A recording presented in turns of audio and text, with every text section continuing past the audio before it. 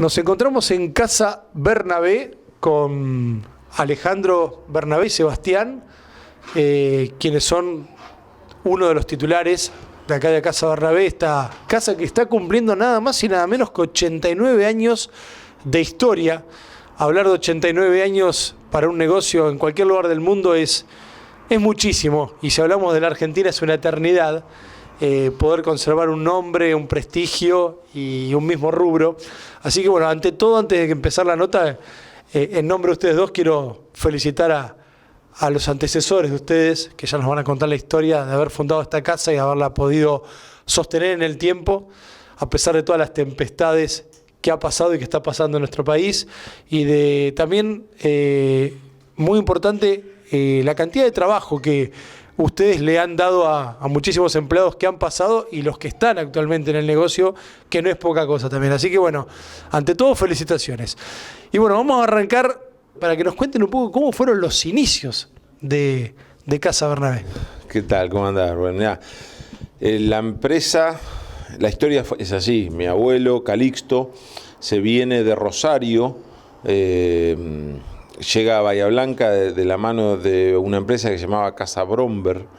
Esta empresa originalmente vendía herramientas para los aserraderos, máquinas para procesar madera y ese tipo de cosas. Se instala en frente a la cooperativa obrera, donde está ahora la cooperativa obrera, en Belgrano, ¿no? Belgrano, en la primera cuadra. Se instalan ahí, pone la sucursal de Casa Bromberg, le va muy bien, creo que son 4 o 5 años con la empresa, y después Bromberg decide cerrar la sucursal de Bahía Blanca, y mi abuelo ya se había arraigado, ya la había conocido a mi abuela y demás, entonces él apuesta a quedarse y a fundar la ferretería de Casa Bernabé. Arranca en Fitzroy 56, en la primera cuadra de la calle Fitzroy. El otro día mi padre me comentaba que cuando mi abuelo compró ahí Fitzroy, en la primera cuadra, era un tambo. Ordeñaban vacas ahí, imagínate, a 3 cuadras de la plaza. Y bueno, hablando década del 30. Claro, sí, en la década del 30, exactamente. Se instala en Bahía Blanca porque en realidad lo que tenía... Él viene de Rosario, o sea, es una ciudad portuaria, y apuesta al puerto de Bahía Blanca, que en ese momento estaba en auge. Por eso justamente decide instalarse acá, ¿no es cierto? Y desde acá, además de atender el puerto, poder atender el sur del país, que en ese momento no había prácticamente ninguna ciudad grande. ¿Tu abuelo originario de dónde era? ¿Te acordás? ¿Te contaron esa historia? Mirá, nuestro bisabuelo era herrero. Yo te cuento, después mi hermano por ahí te va a meter otras cosas que yo no las sé. Lo que yo sé que era herrero, que anduvo atrás era herrero del ejército. Hacía forja ¿Acá en la Argentina? Sí, acá en la Argentina. De hecho, mi abuelo, mi bisabuelo estuvo en la guerra de la Triple Frontera, y en esa época anotaron 4 o 5 hermanos todos juntos, y mi abuelo Calixto lo anotaron allá, y lo anotaron del lado brasilero. O sea, mi abuelo, siendo argentino, fue anotado en Brasil, o sea, era brasilero. No había registro civil de este lado. No había registro civil del lado argentino, entonces anotaron 4 o 5 hermanos todos juntos. Y entonces tenían una vida, iban atrás del ejército, o sea, iban atrás el ejército avanzaba, y atrás del ejército iban los herreros, los que hacían la herradura, los que arreglaban los carros y demás. Y recala finalmente la familia en Rosario, en San Lorenzo. Pero en el puerto. Claro, en San Lorenzo. Y ahí, bueno, los hermanos empezaron, casi todos pusieron ferretería, ¿no es cierto? Todos pusieron ferretería. En Rosario había 2 o 3 ferreterías de Bernabé. Y bueno, y mi abuelo se viene para Bahía Blanca. Y bueno, tu abuelo Alejandro comienza a trabajar ahí en la calle Fitzroy en forma independiente y comienza a progresar rápidamente. ¿Qué te contaron? ¿Cómo fueron esos primeros años? Porque bueno, después el mundo entró en guerra, en la Segunda Guerra Mundial. ¿Cómo se fue desarrollando el negocio?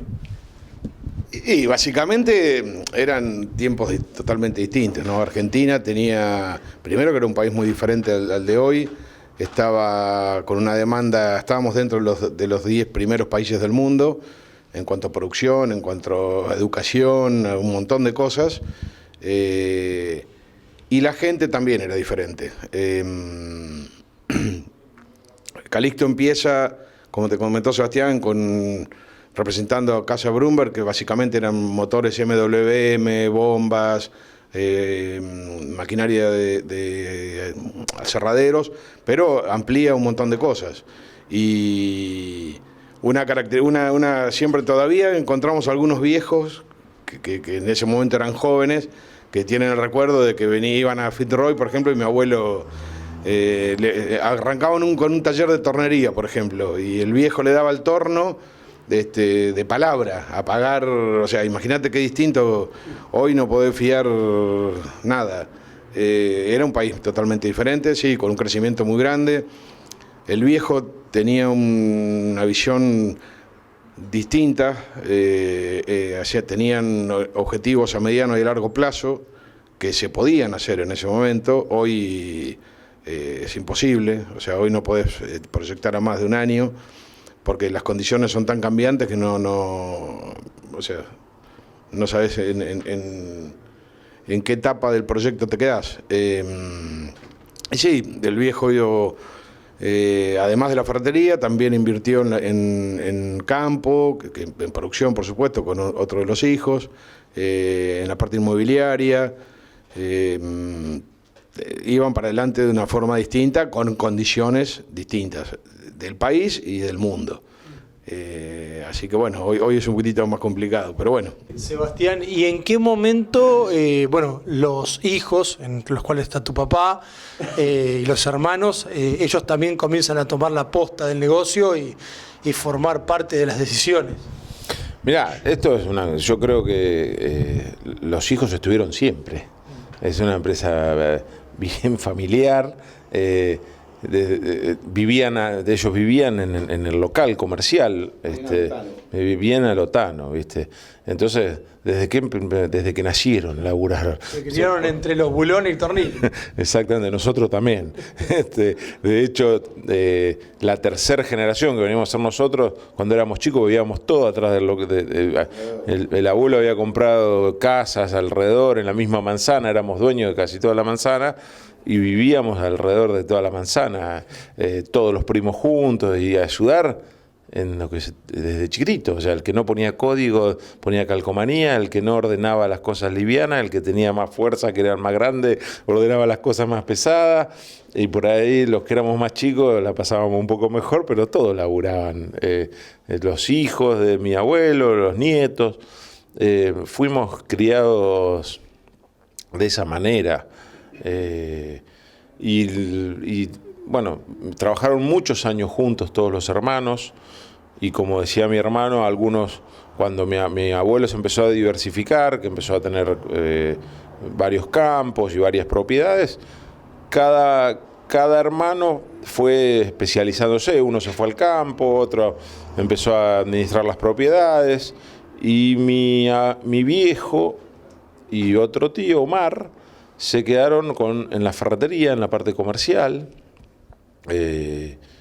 y así se empezó a dividir de a poco la empresa, hasta que en un momento decidieron tomar la decisión de cada uno separar las cosas, y a nosotros mi viejo se quedó con la ferretería con su hermano, y bueno, le metieron para adelante juntos, digamos. El más chico de todos los de la primera camada, que falleció lamentablemente muy joven, a los 41 años.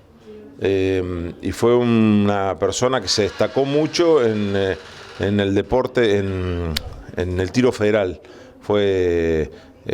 Compitió varias veces en los mundiales, es un tipo muy destacado y premiado acá en la... Era el socio de Belcha en la ferretería. Era el socio de mi viejo en la ferretería. Claro.